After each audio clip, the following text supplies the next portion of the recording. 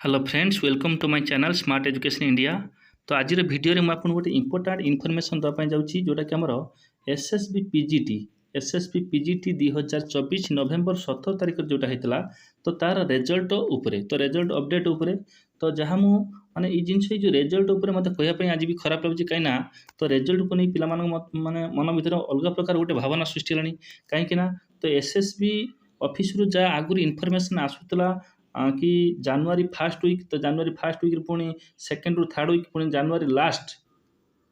तो एमती कि तो जनवरी लास्ट पर पुणी आसला कि फेब्रुआरी फर्स्ट वीक सुधा आमर रिजल्ट आसीज तो ताहा भी फर्स्ट वीक पुणी सन्डे तो फर्स्ट वीक सरिया बसला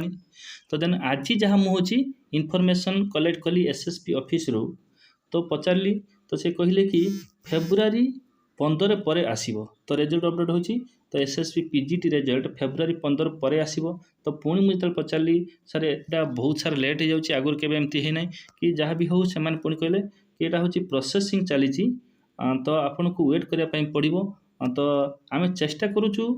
फेब्रुआरी 15 सुधा तो फेब्रुआरी 15 सुधा होची रिजल्ट रिलीज करिया पई तो किंतु फेब्रुआरी 15 आपन धरि थांत एमती मते कहिले तो यही जिनसटा कहीं आज भी गोटे जिनस मन भर रोचे